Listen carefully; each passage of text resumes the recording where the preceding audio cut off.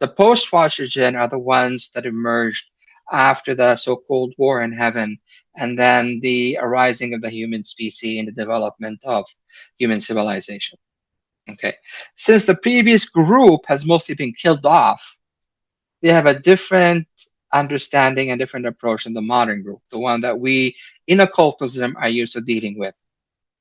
And the leader of the modern group that we usually deal with is run by two particular jinn kings.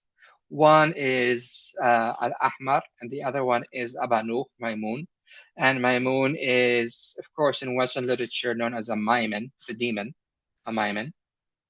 And if you take a look at a lot of the Western grimoires and the Western texts, even the Abramelin the Mage book, you will see a lot of the demons, spirits, etc., are all kind of falling under the domain of this particular Jinn King. Maimen being sort of like the ruling leader. Al Ahmar is like the red dragon of the Christian mythology. So he's there as a dominating power, but he's not dealt with usually directly.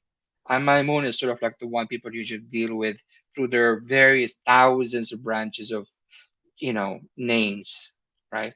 Well, Al Ahmar is a militant. He's not necessarily hostile to humans, but at the same time, he's not that friendly. So, whenever his influence is there, we tend to get a lot of the conflict zone areas. Humans are more prone to fighting. All the more aggressive hauntings, paranormal, demonic stuff that people keep talking about um, falls more under his criteria because of the more aggressive nature of his actual jinn that are under his control. Um, for example, the story of the winged bat vampire, right? That drinks blood. Now, this is mythology. We created that, but that's an intake on that tribe. A lot of the stuff that also left-hand path practitioners like to work with, under whatever name, end up pulling on that particular tribe.